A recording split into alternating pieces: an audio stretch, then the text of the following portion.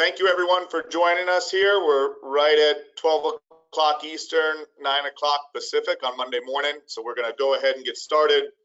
My name's Dave Shapiro. I'm the CEO at Steel Sports. We're excited to have another webinar here and excited to have Paul McGuinness joining us as our guest. This is the first Ask the Expert that we've done since the addition of Jersey United to the FC USA New Jersey team, and also the Steel Nationals to our Steel Baseball organization. So I first want to welcome all of you to the Steel Sports team. We're expecting to have about 90 coaches with us on the webinar here today. As most of you know, the Steel Sports coaching system has been a strategic priority for us at Steel Sports for the past 18 months or so. And the system is being built to help us offer the very best youth sports experience when it comes to both athlete and character development, which are both pieces that Paul is going to touch on today.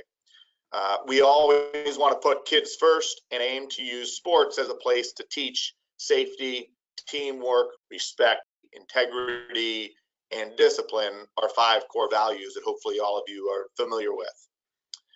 And a key part of the coaching system is also professional development. We want to continue to offer opportunities to all of our coaches so that you can grow and develop as a coach, and in turn help offer the very best youth sports experience to the kids on your teams. At the end of every webinar that we've done in the past, we've asked for your feedback through a set of survey questions that go out. And one of the questions is asking what future speakers we want to have join us. And Paul's name has come up numerous times as we've done our past webinars. So we're excited to have him today, as he was the choice of many of our coaches. And the key topic that Paul is going to talk about is ingredients for youth player development. Just a little background on Paul. He has a long list of accolades in the soccer world, having spent 24 years with Manchester United as their academy manager and also head of professional development. Paul also went to, I think it's pronounced Loughborough University, with UK Elite founders Mick Smoothie, Steve Roper, and Andy Roderick, and is actually also Steve Roper's brother-in-law. Paul also played football at the World Students' Games, representing Great Britain with Steve Roper as well. And the McGuinness family has always been very good to UK Elite. Paul's father was not only one of the famous Manchester United Busby Babes team, but he also later went on to manage the Manchester United team. Paul also worked for UK Elite in the early days on some of our early soccer camps while taking vacation from the Manchester United youth team.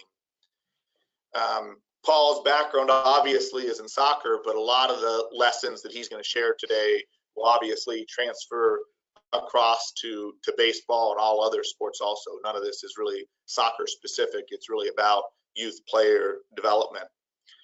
We also want the next hour to be interactive. So on the right-hand side of your screen, there's a section where you can ask questions. Please, as Paul's going through his presentation, write in anything that's coming to mind for you. And as I see relevant questions, I'll stop Paul and we'll ask some of those questions so that this can be interactive. So with that, I want to turn it over to Paul McGuinness. Thanks, Paul. Thank you, Dave. Thanks a lot. I've got the title up here in front of you, Ingredients for Elite Youth Player Development. It's a talk I've given all over the world, really. I've done it in England for the FA, for UEFA, in Zurich, and also throughout Scandinavia. And after doing it a few times, I realised that I got the title wrong. Ingredients for Elite Youth Player Development isn't really right, because I don't think elite should be the name we give to youth players. And a lot of the times we try to make them elite far too soon. So I took that out of the title, and hopefully I'll give some clues as to how Manchester United have been successful over a long, long time, over the history, and give you some stories, not just from my time at the club, but from my father's time, because my father, as you can see from these clips, was a player with the Busby Babes, very famous youth team that went into the first team. He was also a manager there and a player, and I followed in his footsteps There he is, the second from the right on the row at the bottom next to Sir Bobby Charlton. And 2 or 3 of the guys on here died in the Munich air crash.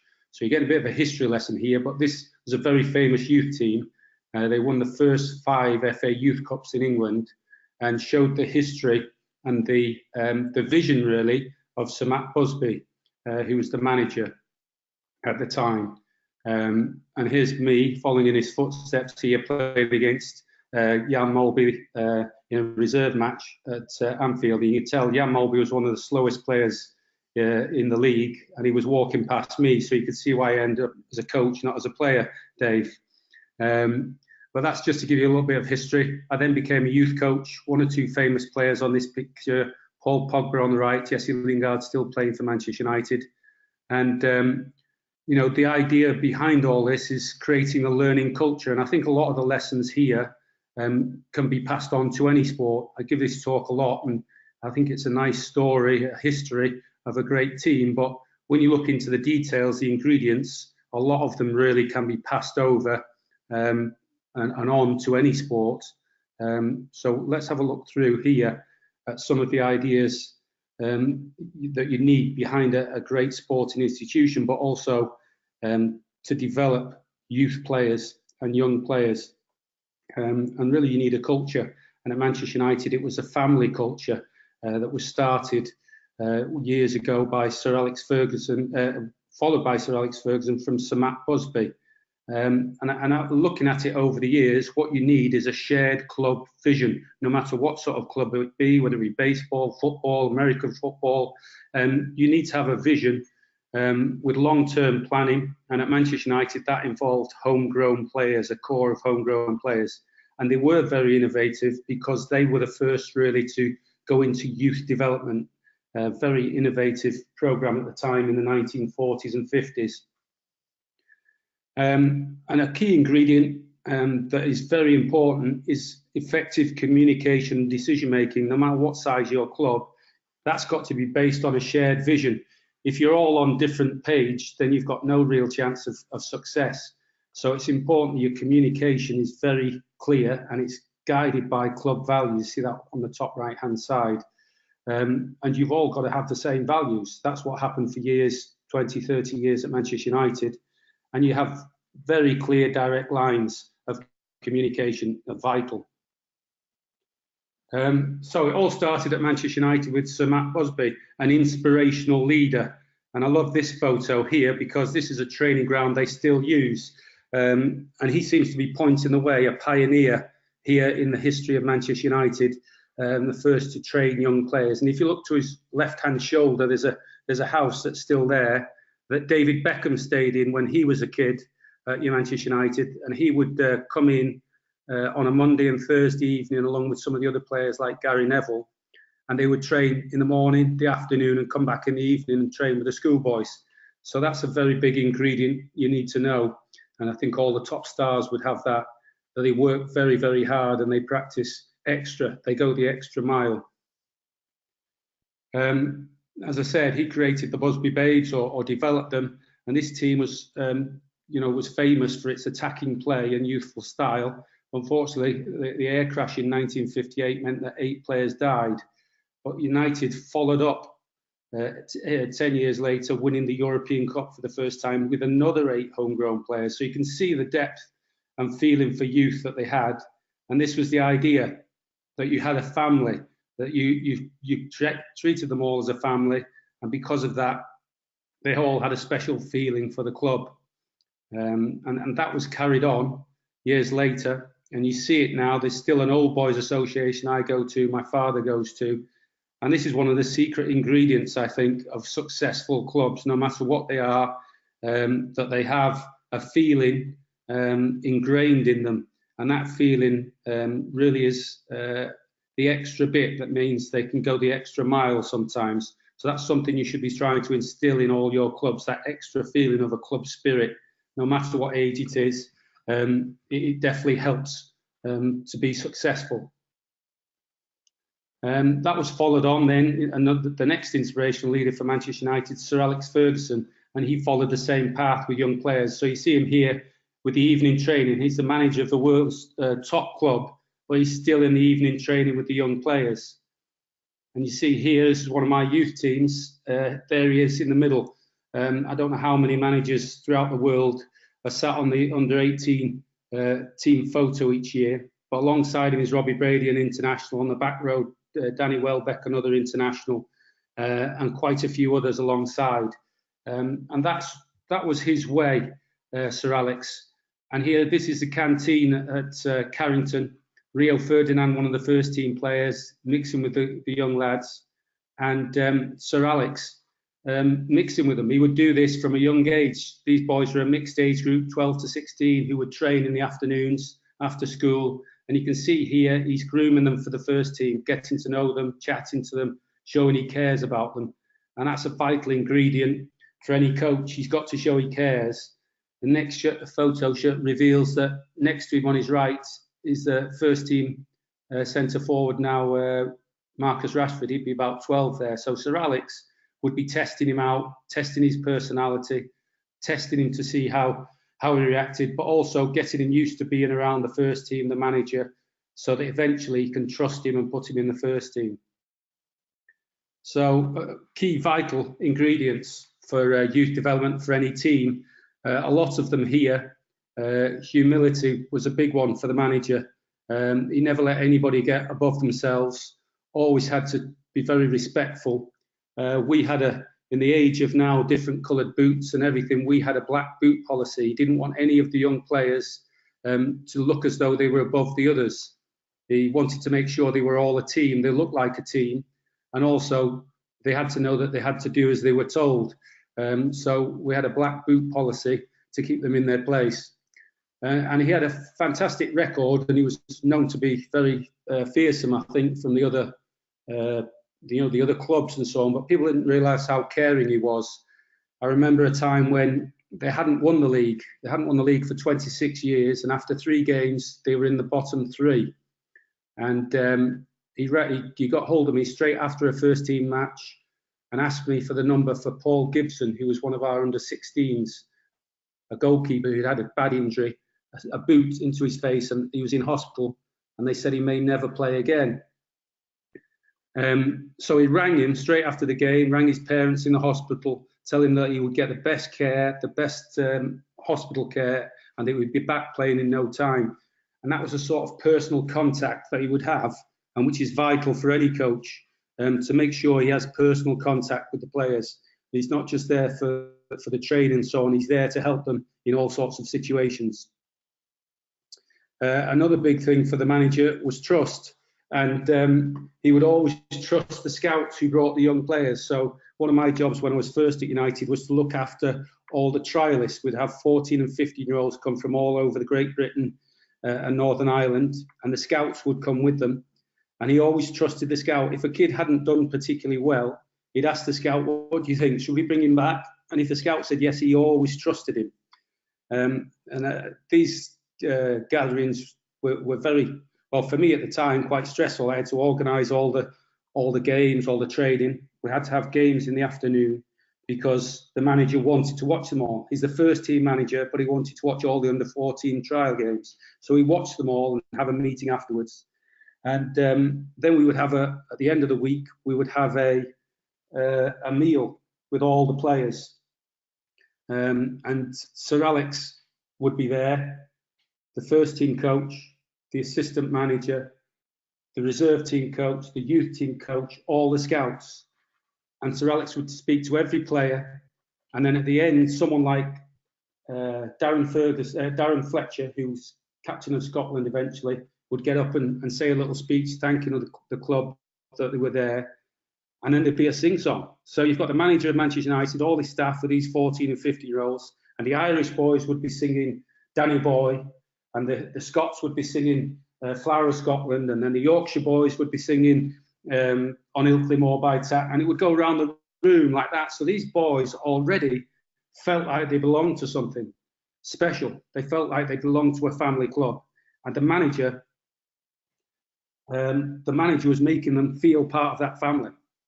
And then what would happen is, if one of them we really wanted to sign, we'd invite them to a first team game. I'd show them around the ground, maybe have a meal with the family, and then at 2 o'clock, before a 3 o'clock kickoff, we would go to the manager's office. The parents would be a little bit nervous, but within no time, he had them laughing and joking. But he always reminded the players and the parents, you must sacrifice. You must work hard. You have to discipline yourself. You can't go out like your friends are going out to nightclubs and so on. You have to be dedicated.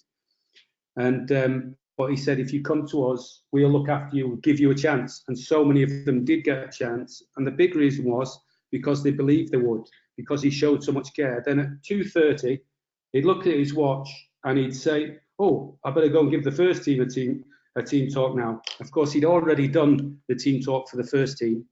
But he would make the family feel so special. And that was one of the big reasons, that belief, that care, why they were so successful in having young players through over such a long time. And that led to belief, as you can see there, belief in everybody. The players believed in it, the coaches believed in it, and that was something special that he had. But I think you can have, as a youth coach, in whatever sport you are, if you put that belief and confidence into the kids that you care about them, then their belief will soar. And in that sense, you see that now there's a lot of posters about, about winning and winners and so on, but it's not a poster on the wall that matters. It's a way of life. And that's what Sir Alex instilled in everybody. And we all had that way of life following him. In that sense, he was a manager who had a ripple effect all over. That ripple could have an effect on so many people. If he spoke to the under-16 goalkeeper, that meant I would be speaking to the under-10 goalkeeper who might be injured as well. And that ripple effect meant there was a whole sense of care throughout the club and a belief in everything that we did. And I would say these lessons, it might sound like a great story, a piece of history, but you coaches out there who are listening, you are the inspirational leader for these kids in your group. You are the one who has to give them belief. And it's quite simple, really. You just have to show it. You have to care for them in everything they do. Personal coaching, in that sense, is very important. This is a picture of my dad in the 1950s with the great coach Jimmy Murphy. He was the coach for the Busby Babes. My dad always said to him, well, he was like my individual coach. That's how he made me feel.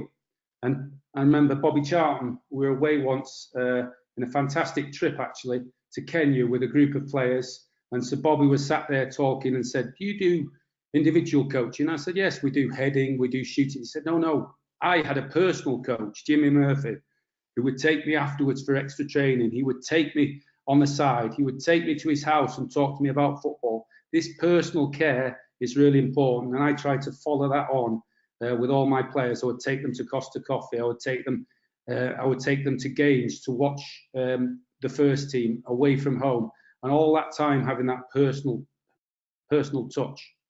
And there's Sir Bobby Charlton with his personal coach, who my dad also thought was his personal coach. So that's a good coach. If everybody thinks you're the personal coach, I think that's a lesson as well, a good ingredient, that all the kids should think you're their personal coach.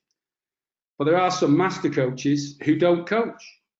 It seems crazy, but there are. They're cultural architects. And the guy on the left was one. He was a player in the 1960s. This shows how times have changed, because you have Sir Matt Busby, the manager, in his suit there refereeing a practice match. But this guy, John Cook, was steeped in football and was my assistant for many years. Coached some, but not as much. And really, he was the glue. He was the cultural architect, making sure there was fun around the place. So here we are on a trip to Holland, and we would take a bag of dressing up gear with us everywhere we went, and the lads would have to do sketches. And I think John here is Al Pacino in this sketch, and the guy on the right is Corey Evans, Northern Ireland international, who played in the European Championships last 2 summers ago. And here he is again. I think this is supposed to be Gary Lineker.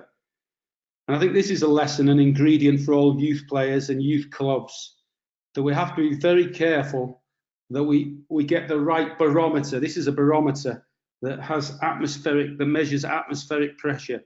And it's important these days that we make sure that we have childlike play and not all professional work for young kids. We have to remember that they're children and they only have one childhood. And in that sense, I like this quote from Rousseau, very famous quote, and it's true. You know, if we want them to become adults too soon, you know, we'll alter this natural order. They'll reach adulthood prematurely, but they'll have no substance nor strength. I think that's very much the case, and I've seen that happen many times. In this sense, this is a key quote for you in all that you do. Beware of premature professionalism. And here I'm talking in youth football, where we're just looking to win all the time. We're looking for the biggest, strongest boys, and we're not looking to develop all the players. I think it's very important that we don't try to have systems and tactics too soon, that we concentrate on skills and enjoyment first, and all that will come later. In that sense, I love this quote from Albert Einstein: play is the highest form of research. And I was reminded of this last year. It's so important when visiting Steve Roper, and I was with my nephew, Matthew, and he was playing on the playground. And instead of going up the steps of the slide or running up the front of the slide, he tried to climb up it from underneath. And in that sense, he was child's play. He didn't make it to the top, but he experimented in so many different ways. And that's what we have to let kids of today do. We have to let them experiment and play for themselves. And these research methods will be lifelong for them. But if we tell them what to do too soon, if we're always telling them what to do, then they're going to miss out on these research methods. And that will pay back, and that will be a mistake for later on. So in that sense, childhood is a once-in-a-lifetime learning opportunity, and adults must be careful not to give that premature professionalism and take that special childhood learning away from them. Two great guys here on the right, Tony Whelan and Dave Bushell at Manchester United, who over years really, were really keeping that childhood learning alive. The second part really of the talk is to talk about using the whole coaching continuum. And in that sense, it's really thinking about a repertoire of strategies that you can use. That extends from coach-directed learning, which you have to have at times. You have to tell them exactly what to do. But then on the other end, you have to have free play and let the players initiate their learning. In that sense, there's lots of different things I could go into, but two areas that I go into in this talk is learning by play and mixed age groups. Now, learning by play, we would do, even with the under 18s, we would leave our players for half an hour at a time to play on their own, to play like they were kids, childhood learning. We would create an environment where they could play without the fear of mistakes or someone correcting them. And this is very, very important in the development of kids, that you give them this space. It's also important for parents and coaches to understand that this is an important part of the coaching repertoire, to be able to just create the right environment and then let the kids play. Difficult for people to understand sometimes when they just want that traditional approach. Hey, Paul, if you can go back to the last slide and stay on the learn to play. I love that concept. I think it's extremely important. I'm curious if you can just elaborate on that more. When you do the learn to play, is it introducing other sports? So example, giving them a Frisbee, when they're warming up instead of kicking a soccer ball? Just specific examples. We would have other sports at times. We did try American football on occasion. We would have other sports, basketball and so on. But in the main, always playing football. But that playfulness to allow them to play and experiment on their own was very important. We would do that probably, instead of warm-ups, traditional warm-ups, we'd do that 3 times a week for 20 minutes. That's an hour a week extra in our training for play. We'd have other games, and the one I'm going to talk about now in the cage with mixed age groups was also very much play. That was vital. And we did it at every age group. We had a 4v4 program from under 8 to under 11, where there were 4 different games, some with cones for goals, some with just a line for dribbling over, some with 4 goals, so you had to change direction, and some with a big goal with goalkeepers. But in all that time, there was no direct coaching. We used to call it no coaching. You set the environment, and then later on you would give tips, or in the next training session, but they were free to play in all these type of games, which was very important, I think. And we carried that on. Sometimes it was on a hard floor, a wooden floor, so you then had to use the sole of your foot, and you'd have to drag the ball back, sometimes with a heavy ball, sometimes with a bouncy ball, sometimes with a tennis ball, all different variety of football. So that's very important to know the volume of football they play and the variety they play. So it's very important that you're not stopping the training all the time to make points, that maybe you let it run for 8 to 10 minutes, let them play, save up a few points, then let them play again. That's how we would do our coaching in the main. Or in little breaks, speak to individuals. But to maximise the volume of football, it's important you don't have too many breaks, that they play a variety of games.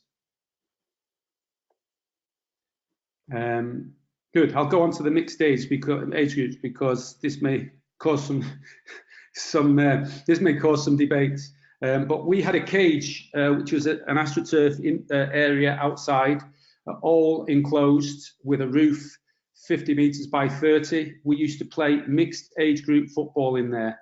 So you can see a vision of it here. On the right is Paul Pogba in there. And we would have at first players 16s to 18s. Then we started to say, well, why don't we involve some of the other age groups? So we had 14s, 15s, 16s, 17s, 18s. If we had a special player like Marcus Rashford, he was 12, playing with Pogba when he was 18.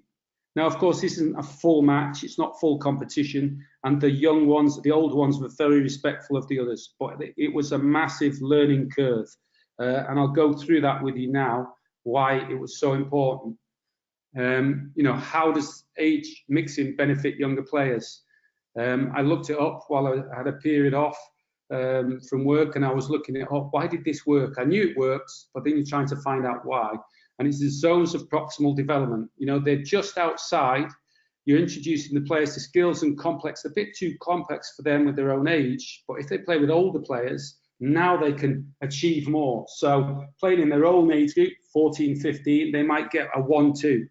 But playing with the 17, 18-year-olds, now they may get 3 or 4 1-2s. So they're able to achieve more. They're able to challenge themselves more. And it's really scaffolded. They're scaffolds by these older players.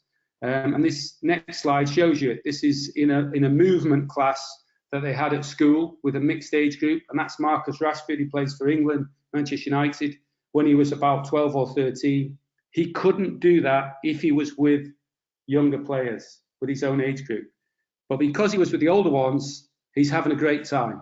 He's doing more than he could possibly do. And that also transferred onto the pitch. So on the left, the player's highly skilled, he's older, higher skills, and now he can do technical training of a higher level because he's playing with someone older. Very important. Other benefits of mixing young players is that the older players provide a model. Imagine playing with Paul Pogba when you're 14 or 15 and he's 18. He's going to be the world's most expensive player. He models the play and you can copy him. The other thing is you're a privileged spectator. You're not just watching from 50 meters away, 50 yards away. You're right on the pitch. You can see him. You can get the timing. You can see his body move, the feints, the speedy moves. You're learning from him. It's almost by osmosis, by playing and being lost in the game. You're learning without even thinking, just by playing. And then you see the other things are they provide younger players with additional care, protection, emotional support. It's just like a big older brother playing with the younger kids. And you would think, wow, this is Manchester United, one of the biggest clubs in the world. But we've got 18-year-olds playing with 12, 13, 14, 15-year-olds. So they get that protection, support, and they're learning from the older ones. Also created a Band of Brothers theme. So here you see the picture here. It's Jesse Lingard, 6 years older than Rashford. And as he played one of his first games at Manchester City, all the City players were around him. And the first one to protect him there, all all 5'9" of him was Jesse Lingard because he'd grown up with him. He had a feeling. He was a band of brothers together. Also, the older players, how do they get it? Because a lot of people say, well, what do the older players get out of it? But they can expand their teaching and their understanding through teaching. So they already heard from the coach some things about the game. Now they have to transfer that, think about it again, and tell the younger players. So they start to teach them on the pitch, which is the sort of qualities you do want, communication skills and leadership. You want those on the pitch. And they do develop leadership skills. The guy who might normally be the quiet one of the under-18s is now one of the older ones with the under-14s. He starts to develop his leadership skills. And they also develop the capacity to protect and nurture young players. And it also allows them, because it's not so serious a game, they can experiment and have more creativity. But I don't need to think it's just all about play and playing mixed age group football. This continuum of repertoire of coaching skills mean that you do have to have tactical team sessions as well. But those come after you've developed all the skills with the young players, mixing the play and so on. If you don't develop the play and the skills at the lower level, your tactical team sessions will only be diluted in the end. So it's important that you get both in. You use all parts of the coaching continuum. You can have player-led tactical sessions off the pitch, and that's a good time where you might use the younger ones with the older ones, where they can teach the young ones the game. You'll have half-time team talks where you're very direct coaching sometimes, where you will have to tell them exactly what to do. So there's a whole repertoire of coaching that is very, very important. I don't want to just think, oh, it's just play and we let them play. No, it's a whole repertoire of coaching that is required. And in that sense, coaching craft is very much cooking the right mix of ingredients under the right heat at the right time. Oh, there you go. That's the conclusion there, Dave, of that short talk. I've cut it short, really, but that should allow for some questions as well. Yeah, no, that was great. The first question I have, and I'd like also the people on the webinar to go into the questions section and start to type questions that you have. But if you go back to, the combining different age groups into play, I love that concept. I think we've talked a lot about mentor relationships and how it can be beneficial for the mentor and the mentee both. And so there's two questions that I have tied to that type of programming, and I agree with all of the benefits that you showed. The first is, do you sit down and talk with both the older kids and the younger kids and give them any training on how you want them to interact in that environment and how they can help the younger athlete? Or do you just kind of let it go naturally? Well, you can let it go naturally. Of course, you've got to be careful. You've got to make sure they know it's not full out, but it never does. Sometimes you have to remind them when it gets competitive, but the older ones go full out against each other, but not against the young ones. But it just seems to happen naturally. You've got an older brother and so on. But you can, of course, you do have to sometimes encourage them. Had that question from one of the top young players at the time, Adnan Januzaj, is now playing in Spain. He said, well, why am I playing with these young kids? And we said, well, you're here to teach them. You're here to show them an example. You're here to show them some skills. You're here to develop your leadership skills. So you're right, Dave, you do. And of course, if you're doing this in a youth program, you have to sit down with the parents and explain it to them because they don't understand what's going on. Why am I doing it? But I think when you are speaking to the parents, you have to say, well, youth sports are not just a vehicle for sports. They're for life skills. And it's got to be a life skill, a very good life skill, if you can mix with people from different age groups. Because when you leave school, surely that's what you're going to do for the rest of your life. Being trained and taught just in one age group, I can't see that's been a great education for either professional football or full-time adult football, or in fact for life in general, where they go out and get a job. They're going to mix with older people and younger people themselves.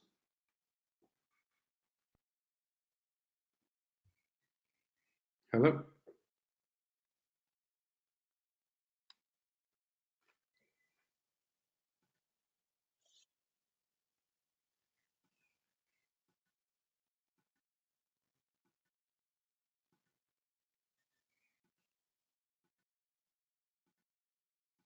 Hello.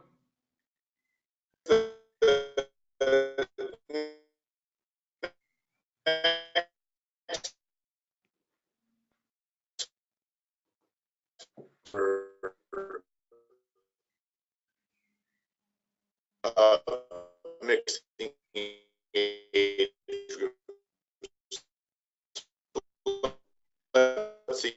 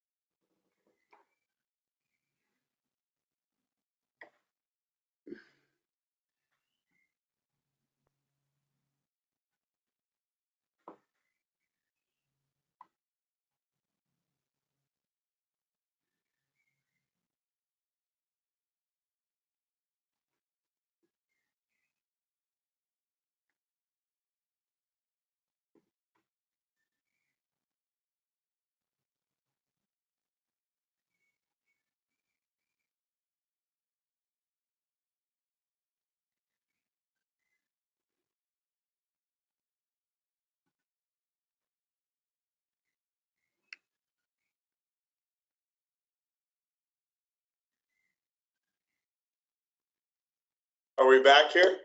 Yeah, I'm here now. Okay, I think one of our audio cut off. Did you hear the question that I had asked about the optimal number of younger mixing with older? Yeah, that's it. I didn't hear it, but it's a good question. Yeah, you need more of the older. You know, you have to have the older, because the whole idea is that they're going to scaffold the younger ones. If there's more younger ones, they can't scaffold each other as well and move each other and give that progression. So it would be probably 2/3 older ones and mixed in with the younger ones. But if you had a really good player, we put them in, and it was beneficial to them. And you can do that on a sliding scale. So it's not always one kid at the bottom, you know, under 14s. He might be the top of the next group. So you can have the, you know, 10s, 11s, 12s, 13s, 14s. He might be at the top. You can do it on a sliding scale, which I think is useful. Perfect. And we've got a bunch of other questions that have come in here. So one from UK Elite: what percentage of time is structured coaching versus unstructured play? Well, we always make sure there was a mix. Obviously, at under 18 level, you're now then going on to, we would do something like on a Monday, that was a real skill development day. So we had our cage, 40 minutes there in the afternoon. Then there was all skills development. Some of it coached, some of it free play. Definitely we had 3 mornings of 20 minutes, half an hour, and then an afternoon maybe of half an hour. So it was probably 1 in 5, something like that. Great. Okay. And then going back to the mixing of age groups, there's a couple other questions. One from one of our coaches at Baseball Heaven. He asks, what's the smallest age range for peers working together? Would you recommend 11-year-olds working with 9-year-olds? Yeah, sounds great.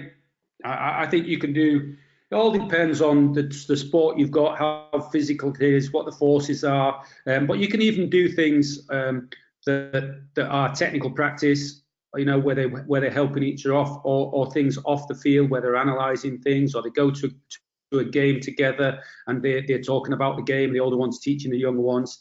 I think all of those things are good, both for them in terms of the sport, but also socially. Great. And then Tim Barry from UK Elite said, Paul, fascinating talk. Any child protection issues you had to address with mixing the age groups? No, we didn't at that stage. We were pretty much free to do what we want, but I think that, of course, that is a big issue.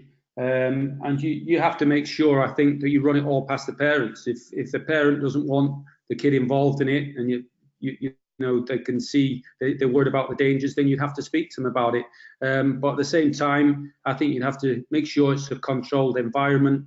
It's very much a fun, playful environment, not overly competitive, where they can still learn a lot from the older ones. And you have to explain that all to the parents and get the buy-in. It's like anything.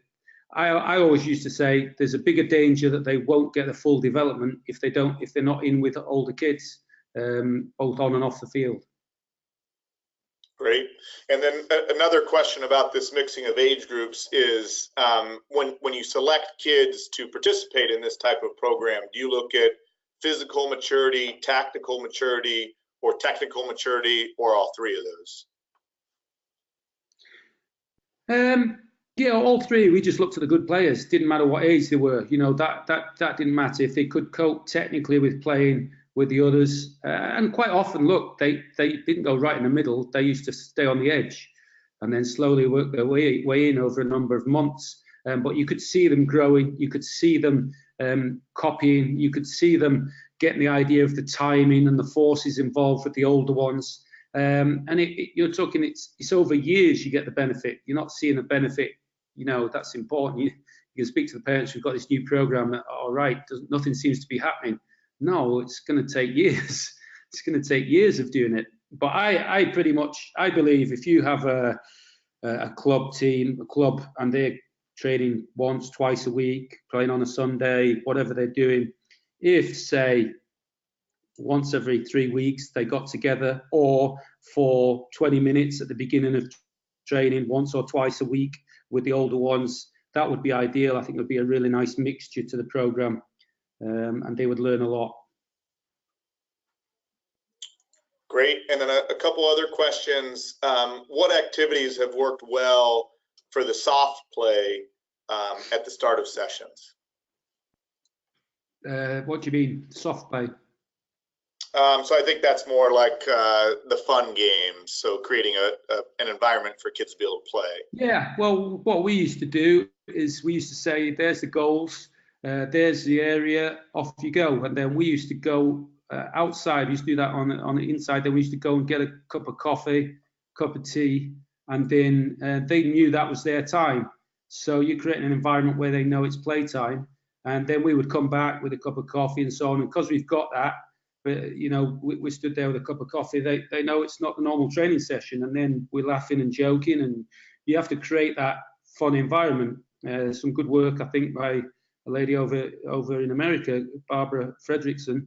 It's called the broaden and build theory, where basically, if you have a really fun environment, you're more likely to be creative.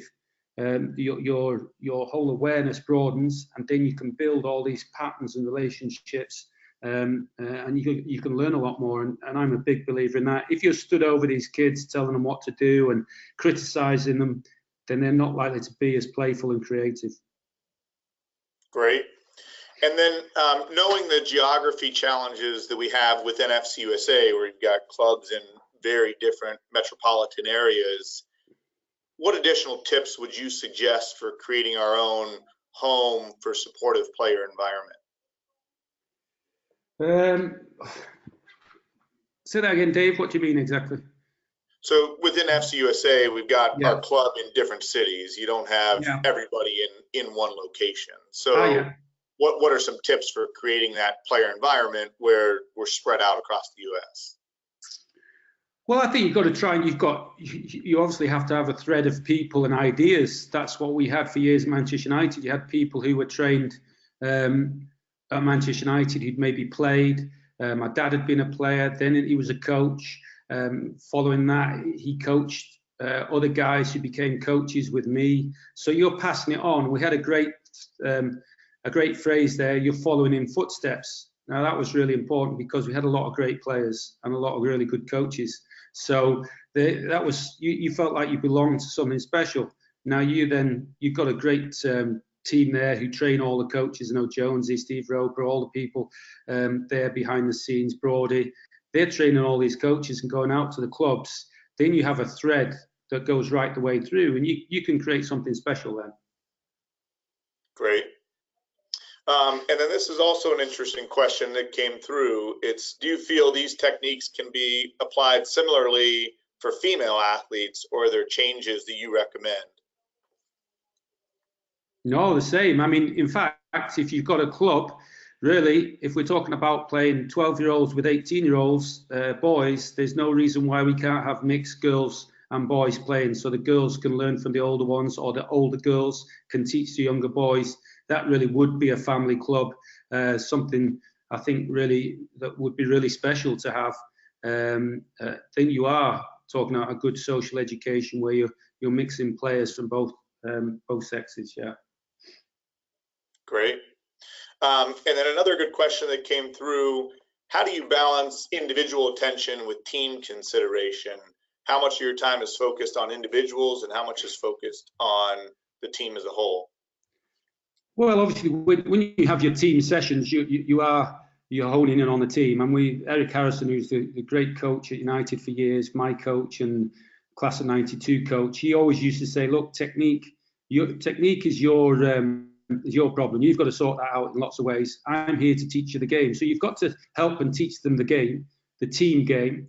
But within all that, you've got to nurture the individual.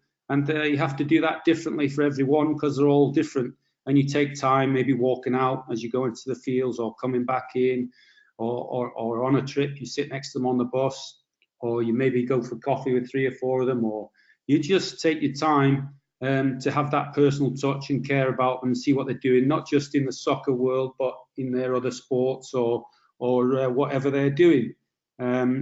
So there is that mixture, but it is a team game, so they have to have a model for each part of the team game, whether it be attacking, defending, attacking around the box, build-up play. Then they all have to know that, and they all have to be on the same wavelength.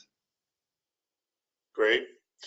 One of the other things that you talked about was almost like self-directed coaching, to have the coach step back, let the athletes coach themselves at times. And I got the chance to listen to the head water polo coach from Stanford University give a talk many years ago, and won several national championships there. And I'd say, water polo is similar to soccer in that it's a flow sport.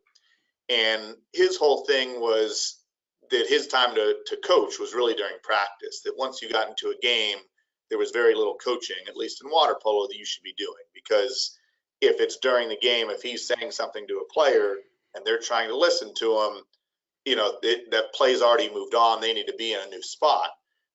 Sure, you can coach during timeouts, but if you're yelling instructions, things during the game, it can affect the flow of the athletes.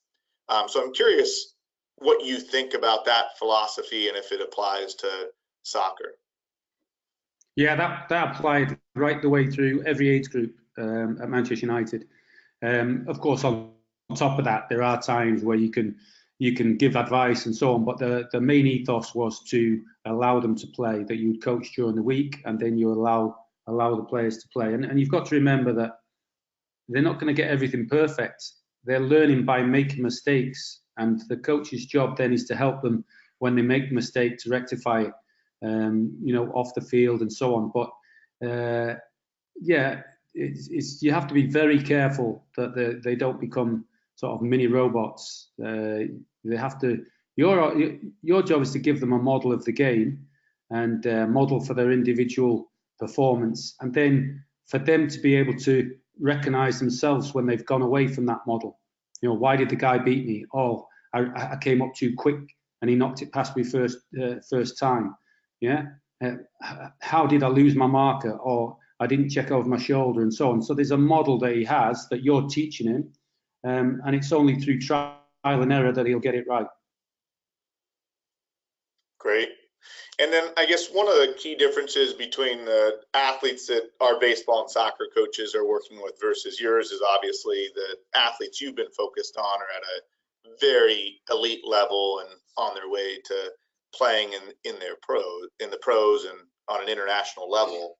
And I heard you talk a lot about the values that you guys have and the life lessons you focus on. I'm curious, how much curriculum have you guys built, and how much of a focus is the life lessons compared to we need to get you ready to play at the pro level? Well, the two things go together, Dave. We had a saying, right is might. You keep doing the right things, you get stronger. And in that sense, you're building up a bank account all the time of doing the right things, whether that's being on time for training, whether it's, carrying all the equipment, whether it's reacting well to a referee's decision, whatever it is, you're always teaching them that right is might. The more good things you do, the better chance you have. People say, they made their own luck, and that's certainly the case. The harder you work, the luckier you get. That old saying, the more good things you do, then the better chance you have. And that is a life lesson for them.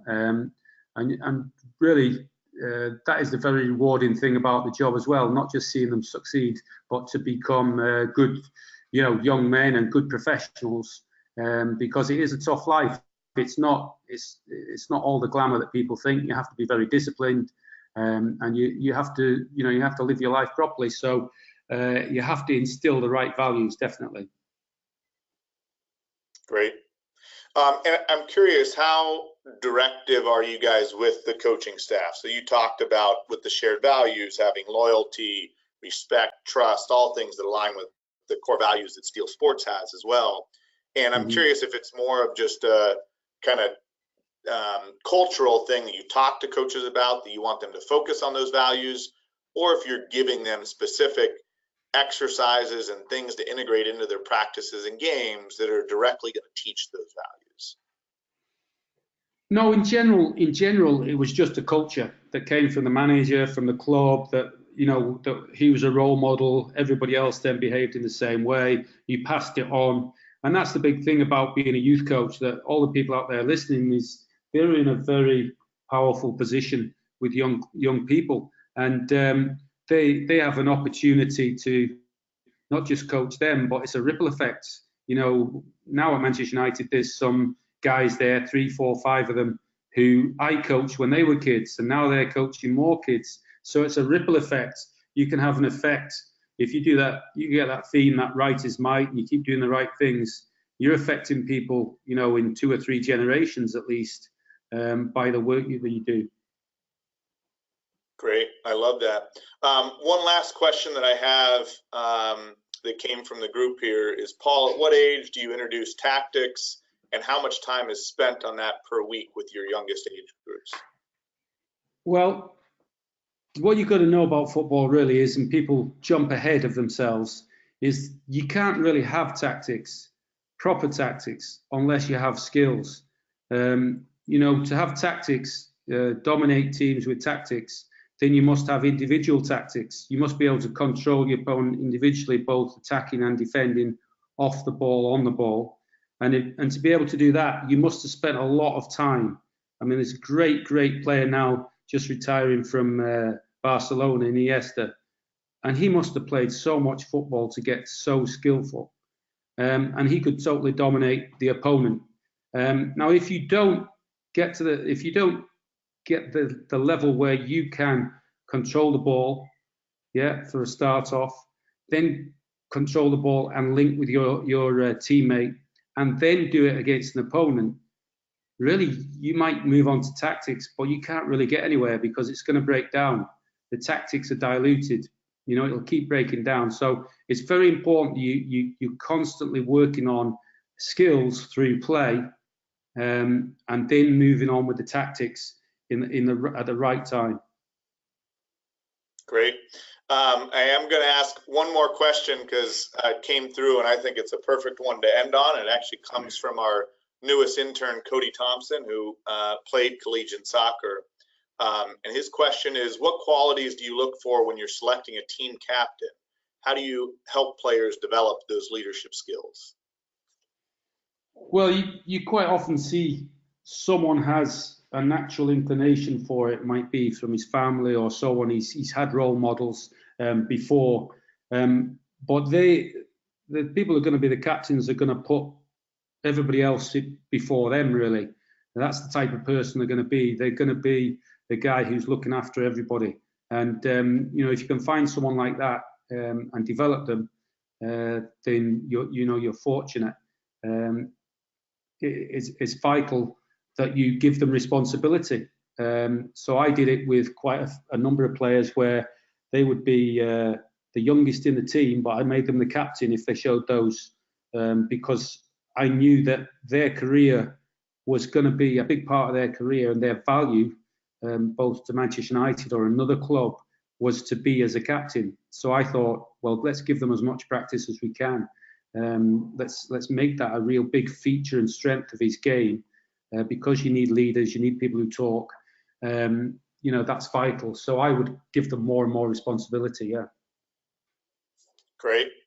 Well, Paul, thank you so much for your time preparing for this presentation and then also spending an hour talking with our coaching staff. It's clear that the culture that you've helped develop at Manchester United has been successful, and also aligns very well with the culture that we're trying to create at Steel Sports in soccer, baseball, and eventually additional sports as well. And you just shared a lot of thought-provoking content with us that I'm sure our coaches will start to integrate and also think about more as they develop as coaches. So I just really appreciate your time with us today here. Thank you very much, Dave. It's been very enjoyable. Thanks now. Great. Thanks, everyone. Have a good rest of the week.